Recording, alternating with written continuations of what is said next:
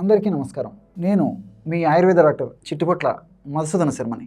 మనం ఈ వీడియోలో అంగం బాగా స్తంభించేందుకు లవంగాలతో వైద్యం అనేటువంటి ఆసక్తిదాయకమైనటువంటి అంశాన్ని గురించి తెలుసుకోబోతున్నాం. శృంగారానికి సంబంధించి, సెక్స్కు సంబంధించి, రతి కార్యక్రమానికి సంబంధించి అనేక రకాలైనటువంటి ఇబ్బందులు పురుషుల్లో కలుగుతుంటాయి. అంగస్తంభానికి సంబంధించినటువంటి ఇబ్బందులు, స్ఖలనానికి సంబంధించినటువంటి ఇబ్బందులు, భావప్రాప్తికి సంబంధించినటువంటి ఇబ్బందులు, ఇలా అనేక రకాలైనటువంటి ఇబ్బందులు కలుగుతూ ఉంటాయి. మరి అంగం బాగా స్తంభించాలంటే ఎలాంటి ఔషధాన్ని వాడుకోవాలో తెలుసుకోబోయే ముందు అసలుకు అంగము స్తంభించకపోవడానికి కారణాల గురించి తెలుసుకొని తర్వాత దానికి చక్కటి చికిత్సా విధానాల గురించి తెలుసుకుందాం.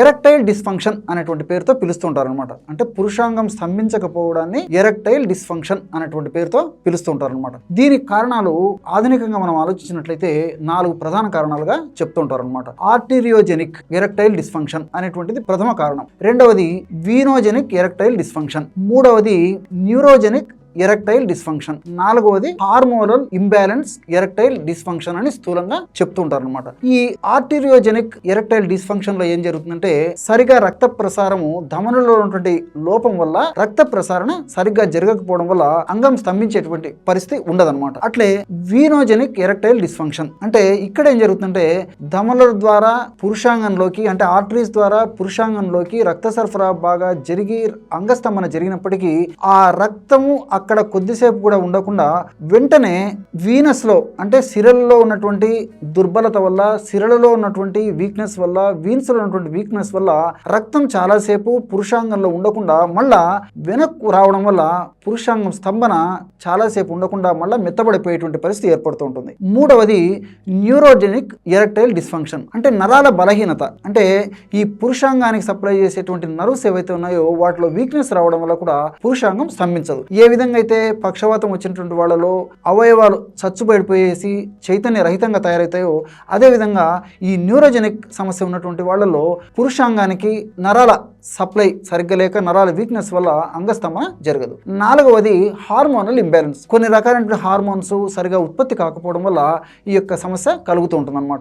మరి ఈ 4 కారణాల వల్ల ఏ కారణం వల్ల అయినప్పటికీ పురుషాంగం స్తంభించకపోయినప్పటికీ ఇప్పుడు మనం చెప్పుకోబోయేటువంటి ఔషధం చాలా అద్భుతంగా, సమర్థవంతంగా, చాలా శీఘ్రంగా పనిచేసి ఆ సమస్యను తగ్గించేందుకు ఉపయోగపడుతుంది. మరి ఔషధాన్ని ఎలా తయారు చేసుకోవాలంటే లవంగాల యొక్క చూర్ణము ఒక 10 గ్రాములు తీసుకోండి. అట్లే దాల్చిన చెక్క యొక్క చూర్ణము ఒక 10 గ్రాములు తీసుకోండి.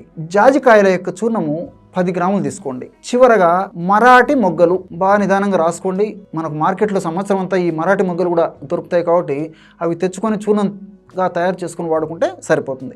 మరాఠీ మొగ్గల చూర్ణము ఒక 10 గ్రాములు తీసుకోండి.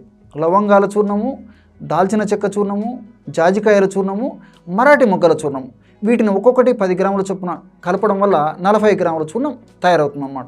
ఈ 40 గ్రాముల చూర్ణము మనకి 20 రోజులకు సరిపోతుంది. ఔషధం మళ్ళా 20 రోజుల తర్వాత మరలా తాజాగా తయారు చేసుకొని వాడుకోవాలన్నమాట.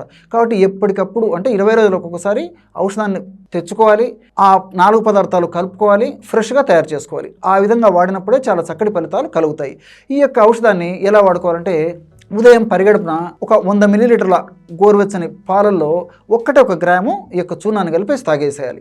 రాత్రి పడుకునేటప్పుడు కూడా 100 మిల్లీలీటర్ల గోరువెచ్చని పాలల్లో 1 గ్రాము ఈ యొక్క చూర్ణాన్ని కలిపేసి సేవించాలి.